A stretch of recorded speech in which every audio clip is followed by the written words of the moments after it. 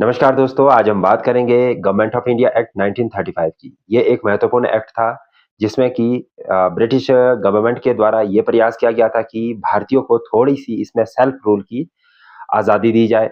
लेकिन जो ultimate power है अभी भी वो ब्रिटिश क्राउन के हाथों में ही थी।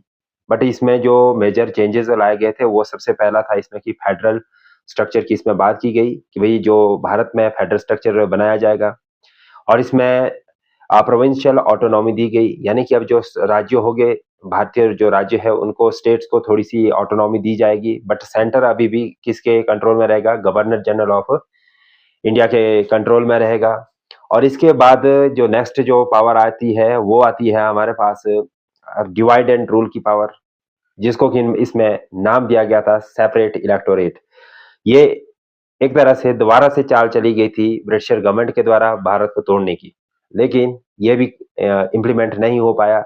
बट इसमें जो अच्छी चीज़ें थी इससे गवर्नमेंट ऑफ इंडिया एक्ट की कि इसमें आरबीआई की स्थापना भी हो चुकी थी। इसके साथ-साथ हमारा फेडरल कोर्ट बन चुका था और इसी के साथ-साथ हमारे पास इसमें जो पब्लिक सर्विस कमीशन्स के जो अलग से डिपार्टमेंट बना लिए गए थे। तो ये सारी की सारी चीज़ें बनने के बाद नटशेल में हम ये कह सकते हैं कि कुछ हद तक गवर्नमेंट ऑफ इंडिया एक्ट 1935 अच्छा भी था और कुछ हद तक ये भारत को तोड़ने के प्रयास के मद्देनज़र भी देखा जा सकता है।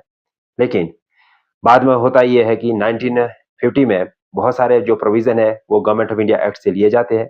जैसे कि फेडरल स्ट्रक्चर और दूसरा जो गवर्नर्स के रूल्स है, वो सभी चीज़ें इसमें ऐड ऑन हमारे कॉन्स्टिट्यूशन में की जाती है और भी बहुत सारी इसमें पावर्स जैसे हमारे पास स्टेट लिस्ट, सेंट्रल लिस्ट और कंकरेंट लिस्ट, ये भी पार्ट ऑफ द जो हमारी फेडरल लिस्ट थी, प्रोविंशियल लिस्ट थी और कंकरेंट लिस्ट थी, गवर्नमेंट ऑफ इंडिया एक्ट में वो सेम दोबारा से ऐड ऑन की गई हमारे न्यू कॉन्स्टिट्यूशन में। तो ऐसे प कोई को बहुत सारे प्रोविज़न अच्छे भी थे जो उन्होंने ऐड किए।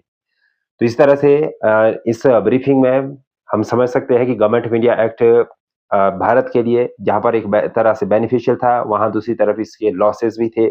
इसी तरह से समझने के लिए आप हमारे यूट्यूब चैनल को सब्सक्राइब करें, लाइक करें, शेयर करें और साथ ही साथ अगर इस टॉपिक के ऊपर आपको डिटेल में वीडियो चाहिए, तो आप हमारे साथ यूट्यूब में लाइव जुड़िए। Thank you.